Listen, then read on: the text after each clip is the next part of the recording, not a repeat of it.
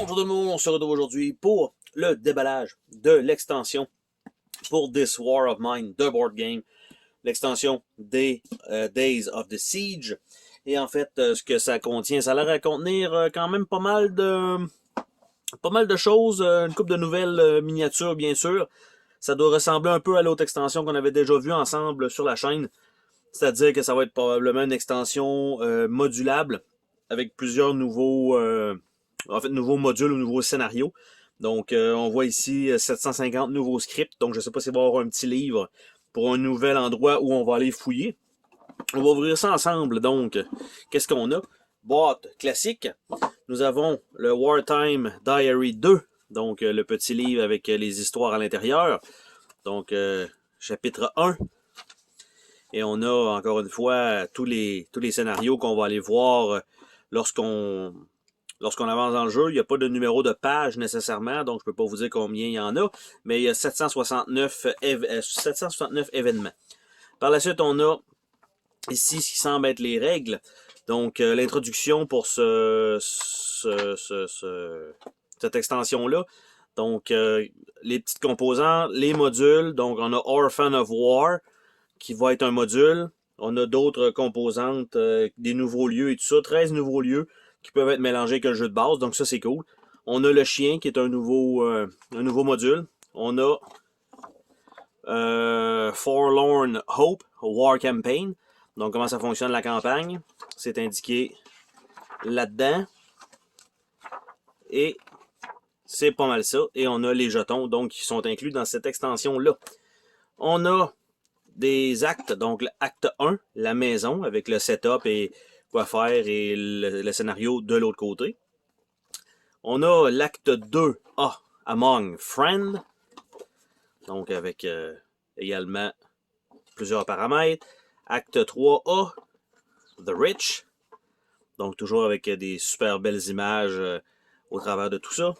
Et à l'arrière, beaucoup de texte, bien sûr. Donc, pour ceux qui sont pas trop forts sur l'anglais, désolé, hein, il va falloir attendre une version, on va dire, en français, parce que franchement, c'est quelque chose, le nombre de lignes de texte.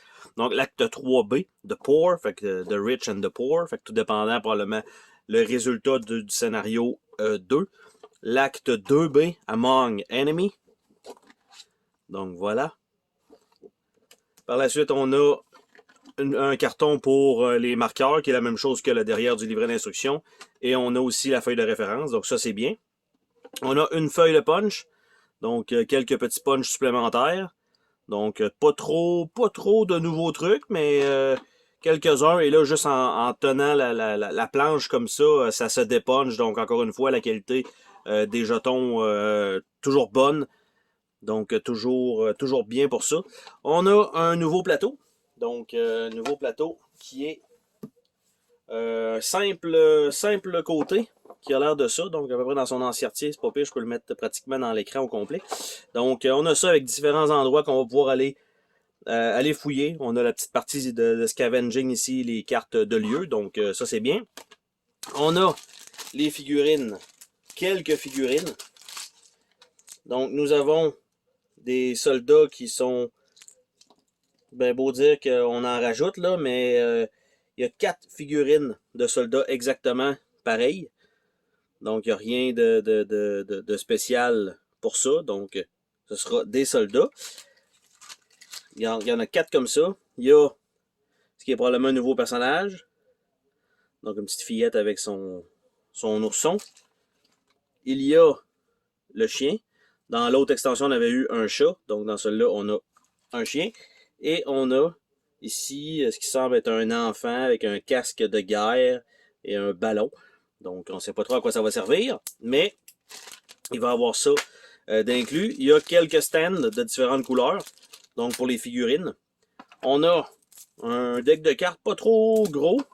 Et on a un autre deck de cartes un petit peu plus épais. Quand même beaucoup de puits pour les jetons et tout ça. Ça, c'est toujours une bonne chose. Et en dessous, aucune surprise. Donc ça, cherchez pas à savoir si vous avez une petite enveloppe cachée ou quoi que ce soit. Il n'y en a pas. Là, peut-être dans l'édition Kickstarter, lorsque ça avait été fait. Peut-être que oui.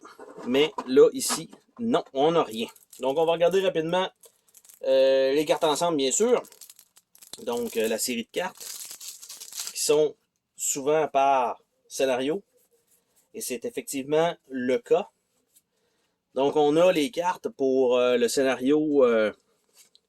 Donc, ici, on a le boy, on a la girl et on a les kids, donc les deux ensemble, avec des chartes. Et de l'autre côté, ce sont les orphelins. Donc, on en pige un et on applique en conséquence. On a le cardboard fort. Donc, build a cardboard fort. Donc, ça nous prend ça pour avoir cet élément-là. Un lit confortable. Une pièce magique. Évidemment, c'est tout pour les enfants. Hein. Kids room. Donc, on a ça. Une salle pour les enfants. Un vélo. On a des jouets. Assez génériques, mais quand même. Après ça, nous avons les cartes Kid Action. Donc, I must live for the little one. Things are not so bad. Look what I found. Nobody's home. Hide and seek. Reality Impact. Et voilà. Donc, ça, c'est les cartes de scénario pour la section avec les orphelins. La carte avec le chien, il y a uniquement une seule et unique carte. Donc, on a ça. On a ce qui est probablement les 13 nouveaux lieux. Oh, ça c'est des starting locations. Donc, on va y aller avec les special.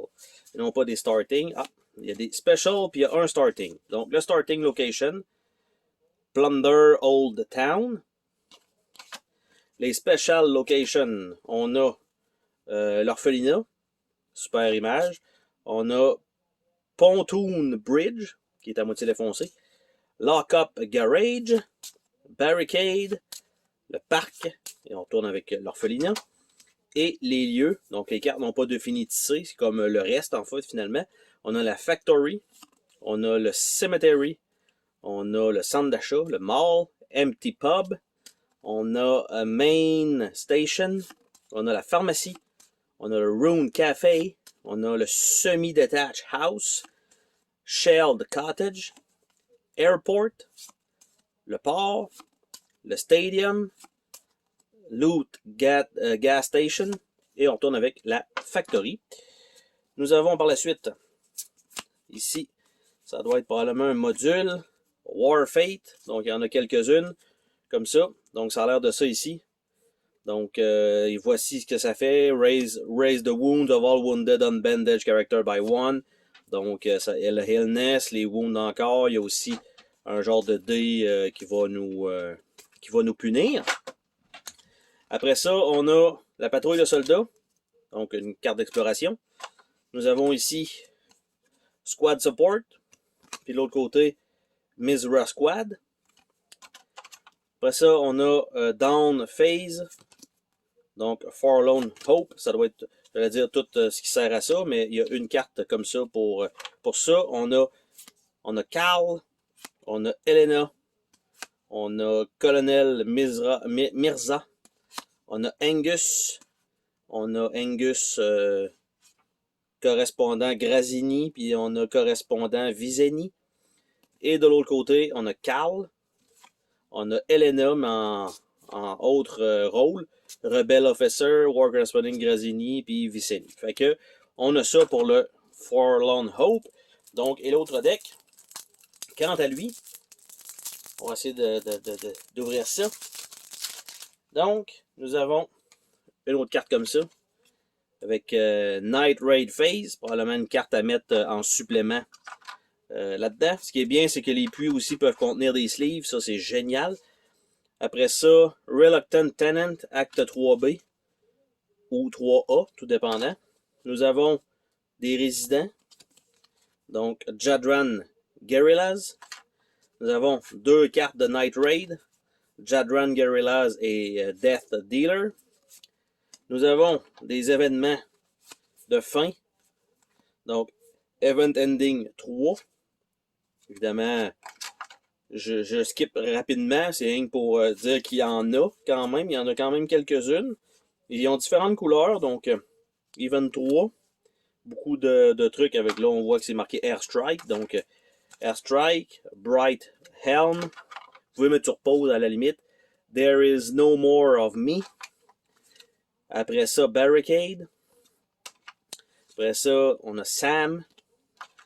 On a Sniper Nest, jamais très bon en tant que guerre, surtout quand toi t'es pas un soldat. Death from the Sky. Après ça, on a des special events comme ça. War Correspondent, qui est probablement de faire spawner peut-être l'autre personnage. On a Rookie. On a Pit Stop. On a Night Airdrop. Après ça, Act Objectif 11B. Donc, Spare Radio Part, probablement qu'il faut mettre des jetons là-dessus. 11B, Volunteer Firefighter, même chose. Après ça, on a les Events 2, avec probablement des starting et des events spéciaux. Donc, Night Airdrop, Humanitarian Aid Convoy, Food Giveaway, New Bridge, Orphan of War, Tending to the Flock, Flu Outbreak, Refugee, Foreign Reporter, Fortify the Bridge, Raging Fire, Lord of War, Silence, Bombing, un après l'autre, puis Night Airdrop, c'était la carte du début. Nous avons 4 cartes, 5 cartes d'objectifs, Final Act objectifs qui sont là. Survive, Bomb Factory, Recon, Courrier, AK Party, Order Dispatch et Survive. Donc on retourne là. Et on a les événements avec les cartes d'événements pour débuter. Night Airdrop encore, Truck in the Night, Aiding or Neighbor, Mirza, Survival, Chopper Down, Port Shooting, New Garrison, Mortar Fire, Frontline Casualties, Independent Observer, Grass Deep Patrol, puis on tourne avec le Night Airdrop. Donc c'est sûr que côté, on va dire scénario, le fait d'avoir les soldats, on voit que c'est quand même beaucoup basé là-dessus. Avec quand même quelques nouveaux jetons que là je suis en train de puncher juste à déplacer la petite planchette. Donc on a quand même aussi pas mal de nouveaux actes. On a la campagne qui s'ajoute, donc qui est quand même bien, qui a l'air, qui est bien fournie là, selon les règles.